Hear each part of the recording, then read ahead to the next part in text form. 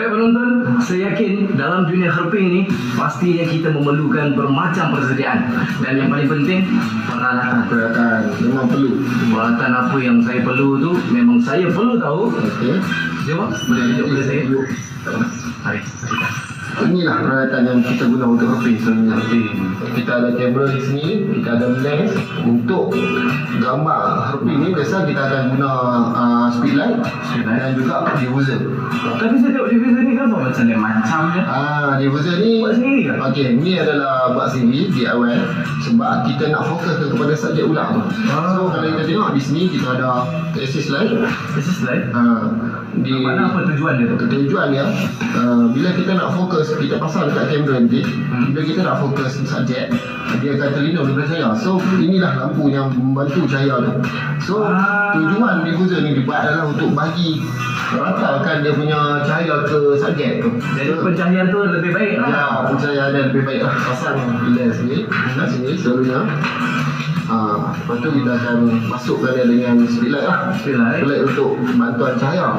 Dan kita akan pasang ke diffuser ni. Diffuser. Ya, pasang dengan kedudukan macam ni. So dia akan jadilah kedudukan lah. Tapi kalau saya tengok ni, gaya buatan sendiri ni pun dia macam membantu sebagai perisai Ya. Kalau ambil gambar ular tu, ular pun tak dapat nak serang kita. Ya, dia dua dalam satu. Salah satu faktor dia kami buat besar ni nak bagi dia perisai lah. So kalau ular nak patuk pun mungkin dia akan betul diffuser dulu sebelum kita.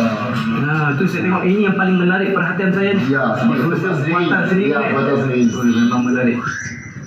Sebenarnya kalau ular kat Malaysia ni kita ada lebih kurang 162 spesies dan kita terbagi lebih kurang 5 ke 6 keluarga, dan yang banyak orang tahu tentang ular selur ataupun ular tedung itu dalam keluarga Elapidae.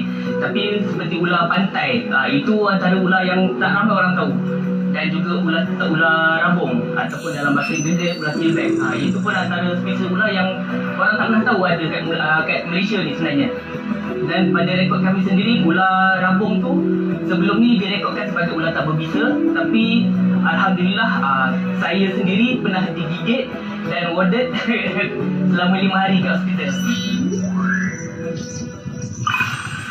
Ni buku catatan lah. Biasanya kita contoh bila malam tu kita ada jumpa beberapa subjek contoh, kita akan rekodkan satu-satu lah. Ambil datang Daripada mana, subjek apa kita jumpa, jumlah berapa. So kita akan masukkan ke sini lah.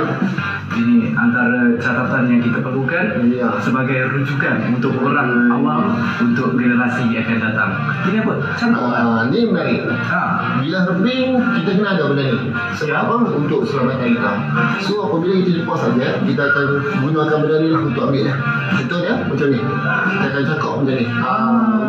Ular ni bila kita jumpa dia, kita akan cuba cakap 1/3 daripada benda ni. 1/3? So dia suka nak melarikan diri.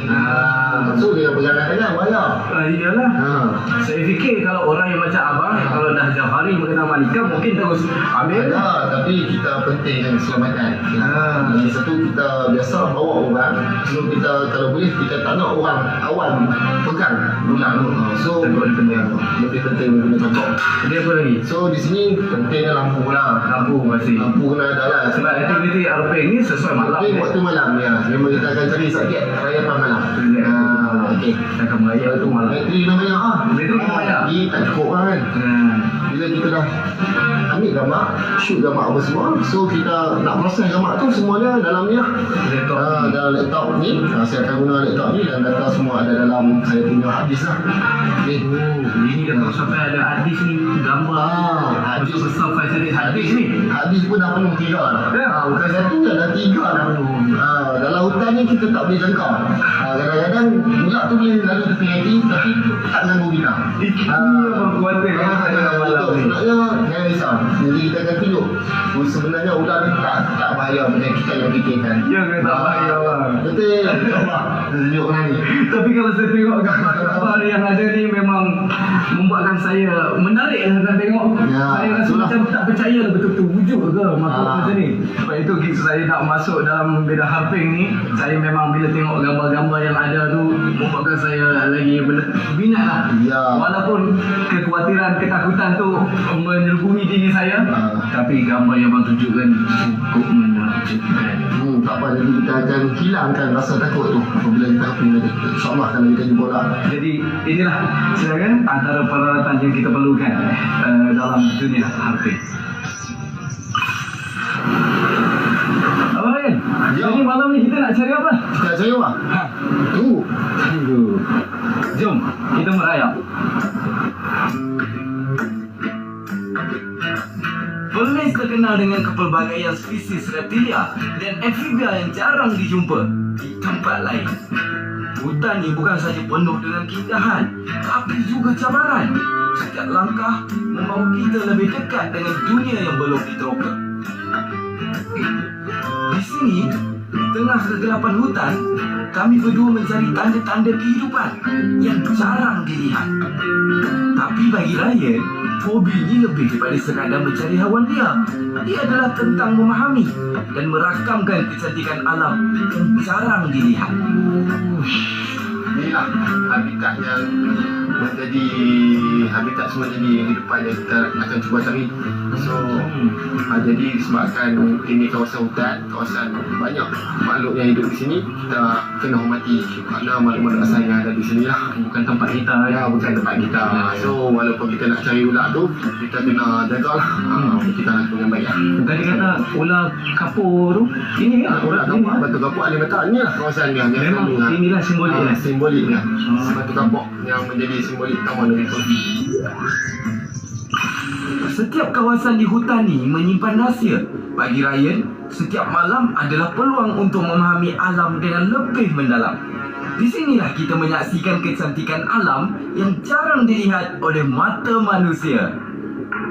Yang saya cerita ni, walaupun dia bukan subjek tapi dia boleh jumpa pada waktu malam, lapa-lapa.